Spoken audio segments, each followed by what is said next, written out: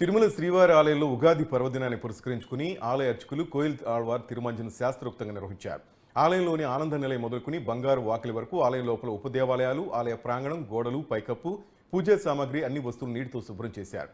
ఈ సమయంలో స్వామివారి మూల విరాట్ను వస్త్రంతో పూర్తిగా కప్పివేశారు.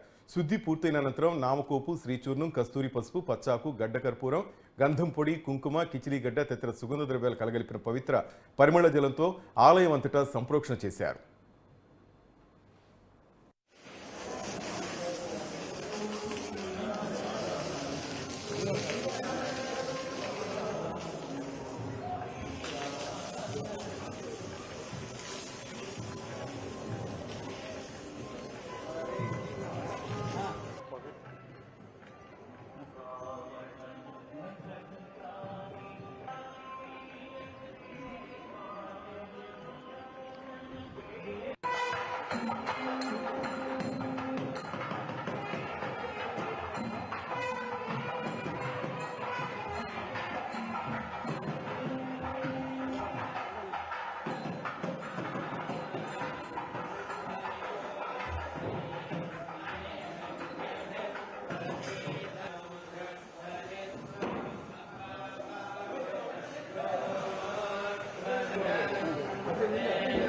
పవిత్రమైన కోయిల్ ఆళ్వార్ తిరుమంజనం ప్రతి సంవత్సరానికి 4 సార్లు తిరుమల ఆలయంలో జరుగుతుంది.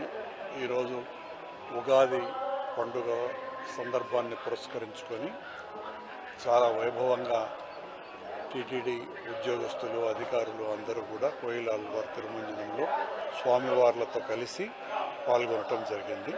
ఇందులో మేము పాల్గొనటం చాలా ఆనందదాయకంగాను, భగవంతుడి కృపగాను భావిస్తున్నాం.